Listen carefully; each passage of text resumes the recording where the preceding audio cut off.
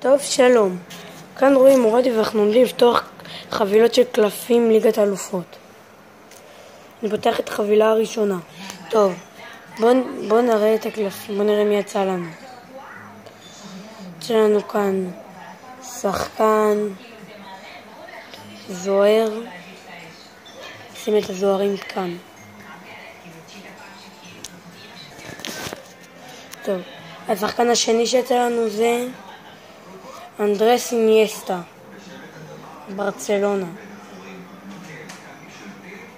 נשים אותו כאן. השחקן הבא זה בויאסקי. נשים אותו כאן. והשחקן האחרון שיצא לנו מהחבילה הראשונה, מרסלו מריאל מדריד. נשים אותו כאן.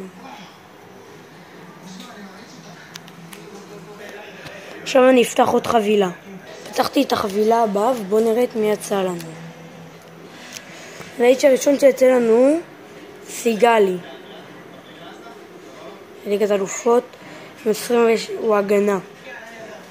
שים אותו כאן. עכשיו הקלף השני שיצא לנו מהחבילה הזאת זה קריסטיאנו רונלדו בשדרוג. שים אותו על מרסלו. עכשיו בוא נעבור לקלף הבא. זה גראי, הקלף הבא. נשים אותו כאן. והקלף האחרון מהחבילה הזאת זה גרווינהו.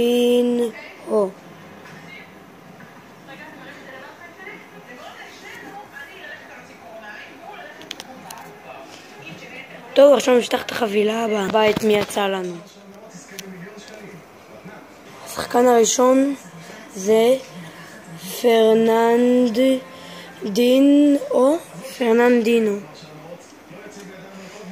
נשים אותו כאן. שחקן די לא נדיר, אני קצת מתבאס ממנו. בוא נשים אותו כאן. ונמשיך. הנה עוד קלף אחד נדיר, זוהר, צנץ. נשים אותו כאן. והקלף האחרון לחבילה הזאת הוא ניימר ג'ר, 88 בהתקפה. שים אותו כאן על אינייסטה. טוב, עכשיו נעבור לחבילה הבאה. יש לנו בחבילה הזאת שחקן מיובנטוס, לא ממש יודע מי זה. שים אותו כאן.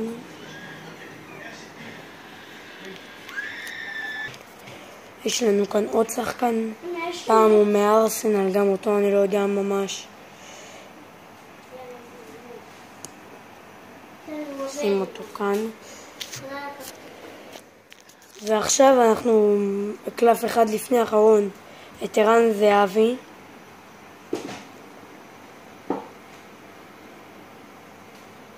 שים אותו כאן.